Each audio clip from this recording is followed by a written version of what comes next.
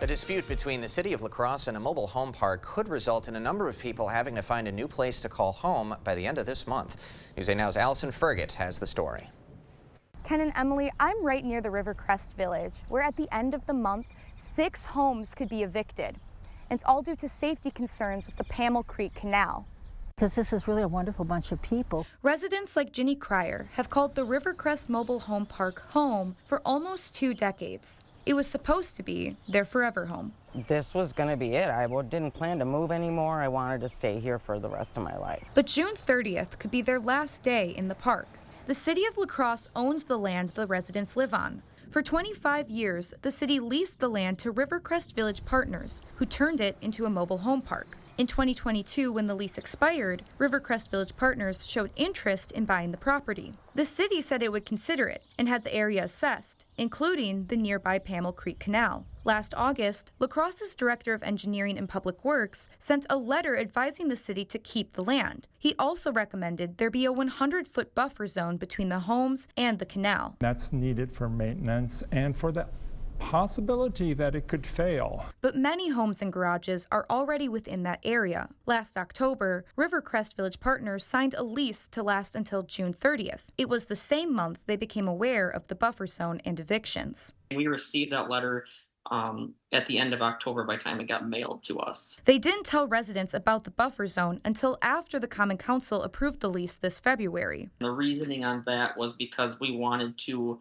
get the existing lease in place before we took negotiations back to the city. Many residents say they first learned of the possible evictions near the end of March. Before that, they didn't know the city owned the land under their feet, a realization that's become a daily nightmare. Obviously panic and fear and anxiety, and I never expected this in a million years.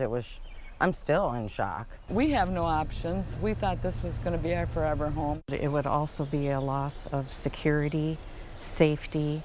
They don't have any other options. This is it. Some residents have leases that go until January 2025, but they aren't sure of their legal rights. The idea of moving impacted residents to another spot within River Crest has been floated around, but Andrick says that would be a challenge.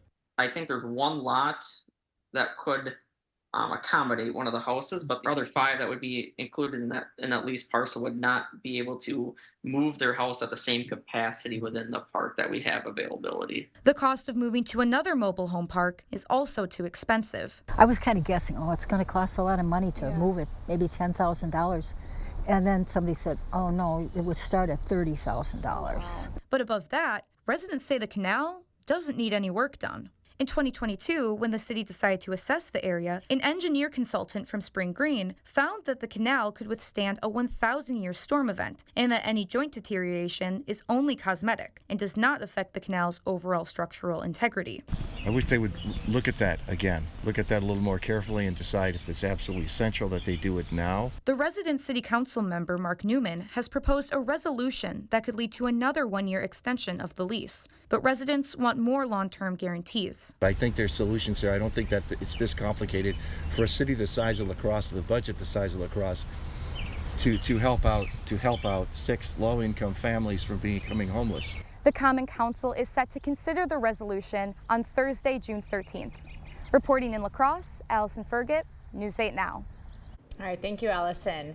News 8 did reach out to the city for comments. They have not yet provided an official response.